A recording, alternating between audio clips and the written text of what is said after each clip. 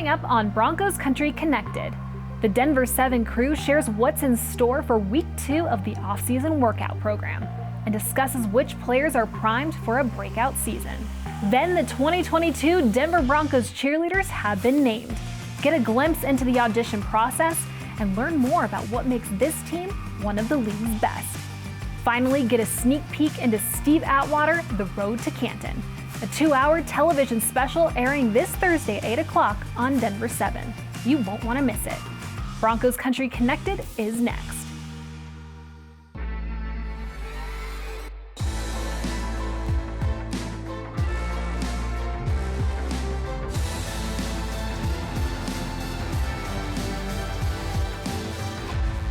Welcome inside the Pat Bowlen Fieldhouse for Broncos Country Connected. Today, players taking part in the strength and conditioning portion of the off-season program return to the UC Health Training Center. But this phase is about so much more than just lifting weights and learning about Coach Hackett's philosophies. This is a time for setting team and personal goals, which the Broncos will strive to meet throughout the 2022 season. For more on the expectations this team has already set for itself and some of the players who might benefit the most from a fresh start, let's check in with Lionel Bienvenu, Troy Rank, and Ryan Harris. Thanks, Alexis, and welcome to our Denver 7 segment brought to you by 1-800-GOT-JUNK. Okay, guys, we have reached week 2 of phase 1 of OTAs here. Ryan is a former player who went through this for 10 years. Is there a difference between week 1 and week 2? There is. You do want to make sure you're building each week, and this is where Russell Wilson's leadership is really going to start for this Broncos team. A lot of guys will come in, all right, now we know the list, we know what it's going to look like. We're building on week 1 into week 2. We're going to build from week 2 into week 3. So this is a different week, even though much of the schedule will be the same. Well, Troy, has it gone from, oh, Russ is here, yay, to, okay, Russ is here. Now it's time to get down to the business of winning football games with Russ. And how do they do that? Well, it's a weird time because you can have team meetings and go over stuff, but on the field, no coaches involved. You can't have defense versus offense, but you can run patterns. You can start to develop timing, and that is critical with Russell Wilson. You're trying to microwave the development and the chemistry with the receivers, the running back, the line. That's how it starts, and I know people roll their eyes at this stuff, but it ultimately does matter if you can get stuff done in April to have a head start when you get to training camp in July. Yeah, that's true, because we talked to some of the players last week out there at Dove Valley, guys, and they said having Russ in the building is awesome, but a Lombardi trophy is not going to just magically appear in the showcase. It's going to take work, hard work, and lots of it. And here's what Garrett Bowles and Cortland Sutton said about getting down to the business of winning football games. It's time to go, and I'm really looking forward this year. We have so many weapons that you guys just already know. We were just missing a puzzle piece. Now we have a puzzle piece, and now we got to put in the work. Just because we have, number 3 back there doesn't mean everything's going to come easy to us. Making OTAs count, making our mini camps count. Then when training camp rolls around, making all of those days count. We can't skip any stages. We got a new offense, new coaching staff, new quarterback. For the most part, all of that stuff is new to us. So all of that is going to be, important for us to be able to have the success that we want to have. Nothing's just going to be given to us because we have, a lot of names on the roster. It's on us to be able to go in, put the work in and day out, so that at the end of the day, we can look up and be where we want to be, which, everyone wants to be at the top of the mountain, holding the Super Bowl, holding the Lombardi Trophy, and being world champions. Well, Ryan, there you go. Championship mentality starts building right now, and you said that before right here on the show. Everything is exciting and new and fresh. New quarterback, new head coach, new coordinators, but with everything new, is this going to take some time to get everything and everybody together? What do you think are realistic expectations for this team come September? Well, Lionel, you want to learn something new a new way. You're going to have to hear a new coach's voice. There's a new install system. So the big thing is, what can I learn new right away? Can I learn this process and get used to it and then take it to the field even if the coaches aren't there? So the first thing you got to do is learn something new a new way. Yeah, expectations. I mean, Broncos country probably has different expectations about this than the team has right now, Troy. But talk about expectations. How about Cortland Sutton and Jerry Jeudy? They are free from Vic Fangio and Pat Shurmur. They've got Nate Hackett and Russell Wilson now. So the expectations for them, they are there, they are real, and they are big. Yes, listen, at this point, you are on E470. The path is clear. No more excuses. I've said this. I've been bullish on Jerry Jeudy. He's better in space than NASA, but he's got to prove it. No more decoy plays. No more fake jet sweeps. Get him in space, put him to work. He had 3 red zone targets last year. I would expect you'll have 3 in the first week. As for Courtland Sutton, they have to figure out how to get he and Jeudy productive on the field at the same time. That did not happen. Over the final 10 games last year, Courtland Sutton had 20 catches. He needs to regain his burst in year 2, removed from ACL. I expect he will do it, but they need both of them to live up to expectations. Another player with high expectations, Bradley Chubb, from the 5th overall draft pick in 2018 to 0 sacks in 2021. More injuries than sacks, really. He's going into the last year of his contract. He's healthy. He told us last week all he's worried about is getting back to good in 2022. I didn't put my best foot forward last year on the field, and that's what it comes down to, making plays and doing the things for the organization to help us win. And I feel like I was in that position last year, so that's my main thing. Like he asked me, my goal is to play 17 and win these games as many as possible. Like I said, that stuff is going to come. If you stress about it, that's when you start doing the things you don't need to be doing. So my main thing is just tunnel vision, looking forward, and just trying to help the team win. All right, Troy, with Randy Gregory coming in, but also going out with shoulder surgery, Chubb's got to step up and take control here and really be the Von Miller of this defense. Well, he can be that type of player. We've seen him make a Pro Bowl 2 years ago. We saw his rookie season threaten the NFL sack record for a first-year player. He needs to be that type of impact player. And how does he do that? Availability is a skill. And he's also a force in the run game. People forget he's almost 270 pounds. And no player has more at stake financially than Bradley Chubb, because if he produces, he could be a $23, $25 million a year player. If he's hurt again, he could be on a 1-year, $7 million deal. I root for Bradley. I know how much he cares, but he's got to be available. Ryan, we heard from Garrett Bowles here in the show about getting to work with a new quarterback to work with, a new offense, a new offensive line coach as well. What do you expect from Bowles here this offseason? Well, I expect him to progress, and this is a big year for Garrett Bowles. He had his best years under Mike Munchak, who's now gone. Can he retain that information? Can he be a leader on that offensive line? Can he and Billy Turner put that group together and create that camaraderie that you need on an offensive line to be successful in January, in the playoffs, when you're in the NFL? So this is a big year for him, and arguably one of the biggest years for any Bronco is Garrett Bowles this season and how he contributes on the field, reducing penalties, opening up holes, and keeping Russell Wilson upright. All right, guys, great insight and info as always. Alexis, that's it from Denver 7. Let's go back to you. Thanks so much, guys. In addition to the new players on the field this season, there will be a number of new faces on the sidelines now that the 2022 Denver Broncos Cheerleaders have been named. Coming up on Broncos Country Connected, cheer director Shauna Peters joins me in studio to share more about this year's audition process and what makes this group of women so special. Don't go anywhere. Broncos Country Connected is presented by Carpet Mill Outlets. Bigger discounts, better selections. April 23, 1989, Steve Atwater got a call from the Broncos on day 1 of the NFL Draft. By the end of the next decade, Atwater was a 2-time Super Bowl champion, an 8-time Pro Bowler, and a member of the All-Decade team. Next stop, Canton. Join us for an in-depth look back on Atwater's Hall of Fame career, as told by the smiling assassin himself. Steve Atwater, The Road to Canton, April 21st at 8 on Denver 7.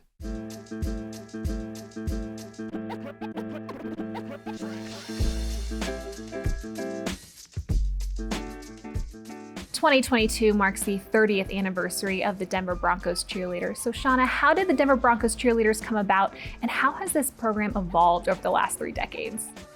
Many years ago, our owner, Pat Bolin, decided that they wanted to create a more exciting game day atmosphere. And part of that was to start the very first ever Denver Broncos Cheerleaders. It also included the incorporation of Thunder, our beautiful live mascot. We talk about legacy a lot in our program, developing a legacy, protecting a legacy. And I think from the very first year to the last year, we see this continuity of a great group of women, a great group of fans, and everybody always really connected to raise the bar and make sure that we're always doing right by our organization. What does it mean to be a Denver Broncos cheerleader? I always say that our team is pieces of a puzzle. Some young women grow up dancing their whole lives, and having this professional experience is the culmination of all that work. I think for some women, being in the community and the service opportunities that it provides is really the motivator for them. I think what we're looking for, like any team, is cohesive pieces that make the whole its best.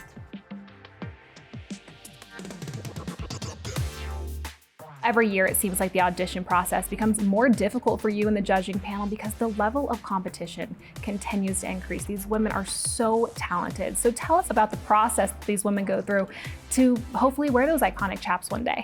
It's a long week. Lots goes into the process, and I think the average fan maybe doesn't realize how much preparation there is. We have a preliminary audition. This year it was virtual or in person. We narrowed from 200 down to the 47 finalists. Those 47 finalists come back for an audition weekend. They start with a business interview with a panel of Broncos executives. That gives us a chance to get to know them a little bit better, get a sense of their careers, their goals, and just what they would find in common with the Broncos fans that they meet. From there, they take a photograph. The beautiful women on our team are photographed in many different capacities, and so we want to get a sense of their comfort in front of the camera. After that, one thing that surprises a lot of people is we have a 100-point football test, and it's a serious test. Whenever I show it to players, they're always a little bit surprised. Right. That's a big piece of the puzzle for us. We want the women to be out in the community and football savvy about the organization that they work for. All of that culminates in our final cheerleading audition that happened this year at our Dove Valley Fieldhouse. That's a chance for them to put it all on the dance floor one last time and really shine as dancers and performers. We have so many women that come through our doors and audition year after year after year. And the courage that it takes to put yourself out there over and over again to achieve that goal is miraculous. And I always say to them that there will be something that they learn over the course of the week about themselves, about what they're good at, about what their goals are, about ways to grow and improve as people. And so for me, the most important thing is that any woman that tries out for our team, that they leave feeling empowered and feeling so much respect and gratitude from our organization for even taking a shot. Like you said earlier, it is a long week. So for you personally, I'm sure you have to experience so many different highs and lows throughout the process. So what were some of the highlights for you this year, and maybe what were some of the challenges that you had to overcome? I think one of the highlights for me this year was that diversity is always a priority on our team, but we don't always know who's going to walk in the door. But Exactly. For me, that was a huge win for us as a team and as an organization. I think another win for us during the week was that we really bonded with this group of women. We had a lot of very young women fresh out of college that came, and I know those women will be back. I know they'll come back and they'll audition again, and sort of establishing those first relationships for who will be the future of this legacy was a win for us, I think, this year. One of the biggest challenges we have every year is that we could have a team of 47. Our team is only 26. And so we know that we are leaving great qualified women at the door. And that's a bummer for us every single year. I think we get to know people so well, it's hard to let them go. The Denver Broncos Cheerleaders are an iconic global brand. Why do you think women from all across the world travel to audition for this team? I think we have a long history of women from every single state, many countries coming here because of those iconic chaps. I think we have established a level of excellence over 30 years that really translates. Who do you want to be a professional cheerleader for? And I think for many women, we end up at the top of that list.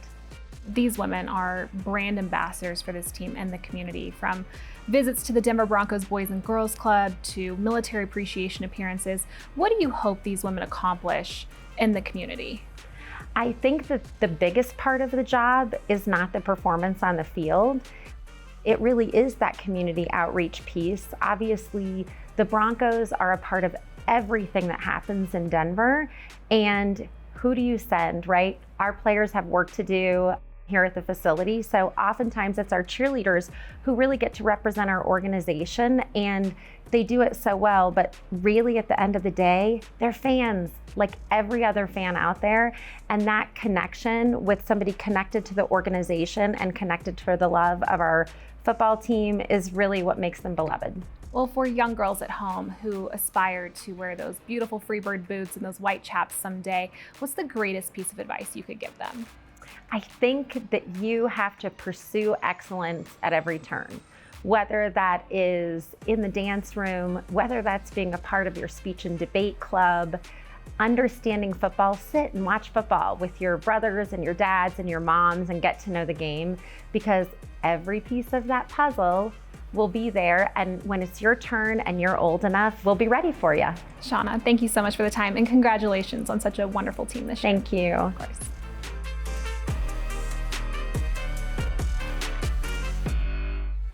Still to come on Broncos Country Connected, a sneak peek of Steve Atwater, The Road to Canton.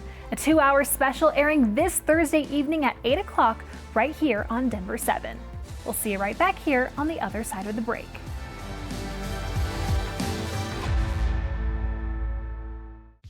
Things are heating up in Denver, and Empower Field at Mile High has the hottest entertainment all spring and summer long. Gear up for the Monster Jam and Supercross in April. Then kick off the concert season in May with Luke Combs, followed by the Red Hot Chili Peppers, Kenny Chesney, and The Weeknd. Also, the Denver Barbecue Fest returns in June.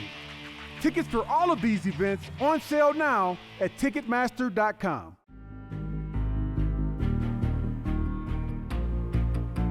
Welcome back to Broncos Country Connected.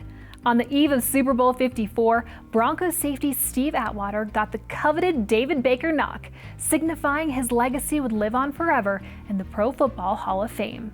Steve's road to Canton began nearly 5 decades before he received football's highest honor, in St. Louis, Missouri, when his father first introduced him to the game. This Thursday evening on Denver 7, get an exclusive behind-the-scenes look into the days, months, and years leading up to Steve Atwater's enshrinement into the Pro Football Hall of Fame.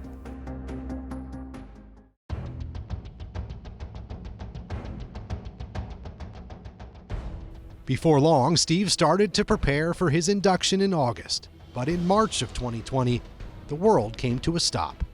So many had to put their lives on hold. But Steve did what he always has. He smiled and persevered. As time progressed, the COVID cases were steadily increasing, and my wife and I, we were wondering if it was going to happen, because we had our doubts that it was going to happen. When COVID hit, we had to decide in the best interest of safety to put it over 1 more year. And every guy, certainly including Steve, was very understanding. But we don't want to have a virtual enshrinement. We want it to be them and their family and their friends. And we want them to walk that gauntlet of all those Hall of Famers. It's an incredible experience. The board went through a bunch of gyrations to come up with the final solution, which was to have a great weekend where both classes went in. Class 2020 went in on Saturday, and Class 2021 went in on Sunday. So happy, even though we aren't in the same class, he's in 20, I'm in 21, that we get to experience not only being brothers in the Hall of Fame, but doing it on the same weekend. It's a great thrill for each of us. In May of 2021, the Atwater family traveled to Canton, Ohio to begin planning Steve's Hall of Fame weekend. Pro Football Hall of Fame President David Baker welcomed them as they took their final steps toward induction Saturday. Just seeing the faces of, so many greats, John Madden and, Ronnie Lott. And, these are guys that I grew up watching, grew up admiring, grew up trying to be like. And, you can get them all in one room and, get a chance to, you can just talk to them. Sometimes they'll talk back. some point in time, the teleprompter will go off. Yeah. And Teleprompter, you got to be on your own there. and then if we go to a commercial and the music is up, you still don't come, I come get you. It looks like, I know in the past, guys have gone well past They have. the time, and not anymore. they're kind of going off script. Yeah, well, yeah, we've had them go 30, 35 minutes, and obviously if you've got 19 guys, you can't do that. Yeah, You can't do yeah. it for 12 on one night. We Oh, yeah. really Oh, yeah. can't do it for 7 now. It'll be great. This is beautiful, baby. Okay, buddy. Are you ready for it? I'll be ready when the time comes. I don't know. I can't say I'm quite ready right now. It's still, being here is, it's making it more real and But that's why we want bringing to it to get life. here. Getting here and seeing it. Yeah. You can envision it now. It was a crazy process, just having to look after so many details. The party was probably the biggest thing that we had to plan. I got to give my wife a shout out, Letha. She did a lot of planning. Lisa Williams and Kelsey Zimmerman, they did about as much work as my wife Letha did. So big shout out to them as well. But Lisa, she had some experience. She had helped with John's induction, with Mr. Boland's induction, with Terrell's induction. She had a lot of connections that made it so seamless for us. Once we got there and we saw it all, we're like, yeah, this is perfect. A 2-hour television special more than 26 months in the making.